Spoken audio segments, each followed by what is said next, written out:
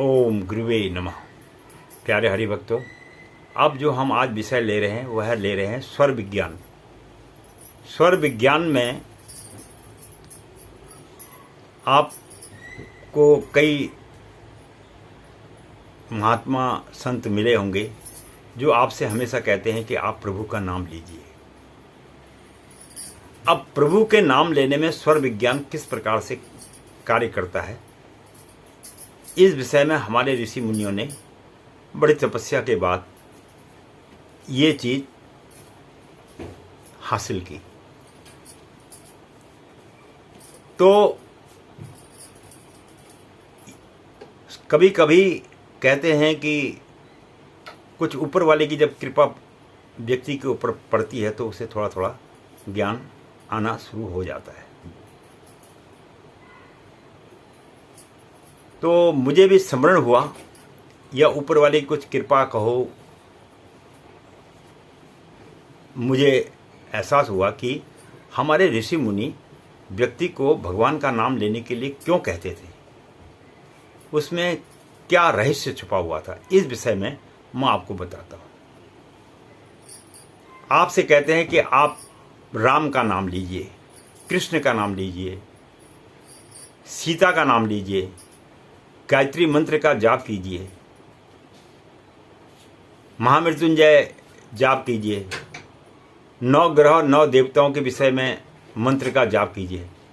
अब देखिए, आप लोगों ने इस बात को स्मरण नहीं किया होगा, लेकिन मैं आज आपको स्मरण करता हूँ। अगर आप राम बोलते हैं तो आपके अंदर से जो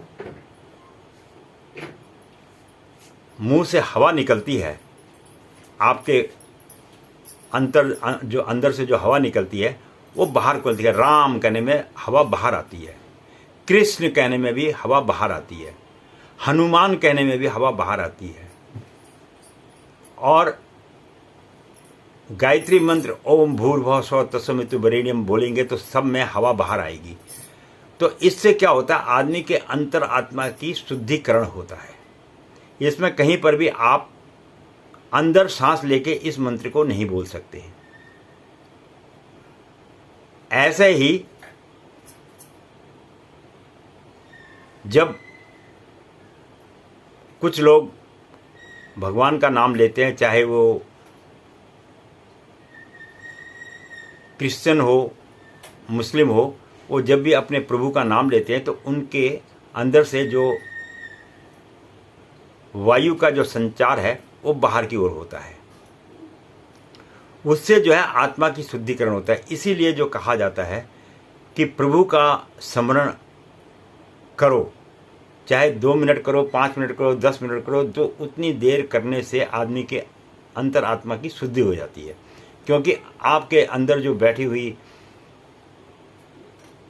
जो हवा है, जो आपकी वायु है, वो बाहर निकलती है और शुद्ध वायु को आप अंदर ग्रहण करते हैं। उससे आदमी के जीवन में स्वच्छता बनी रहती है। इसीलिए ऋषि मुनि कई महीनों तक तप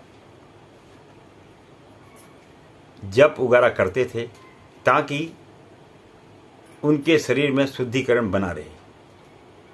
और दूसरे शब्दों में आप इसे स्वर विज्ञान भी कह सकते हैं।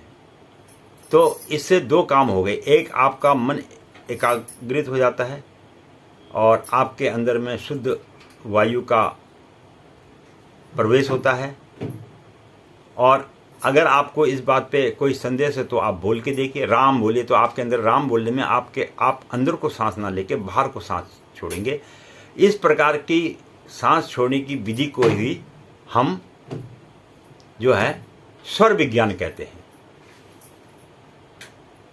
तो इसका मुझे कुछ ऐसा एहसास हुआ तो तब मैंने आपको ये बताया। तो मैं पंडित गिरीश तिवारी अपनी वाणी को यहीं पर विश्राम दूंगा और आशा करता हूँ कि आज आपको स्वर विज्ञान के बारे में थोड़ा सा ज्ञान हुआ होगा। और इसीलिए प्रभु का जो जाप करने के लिए कहा जाता है वो इसीलिए कहा जाता है कि उसका स्मरण करते रहिए ताकि आपके जीवन में खुशी आएगी। धन्यवाद।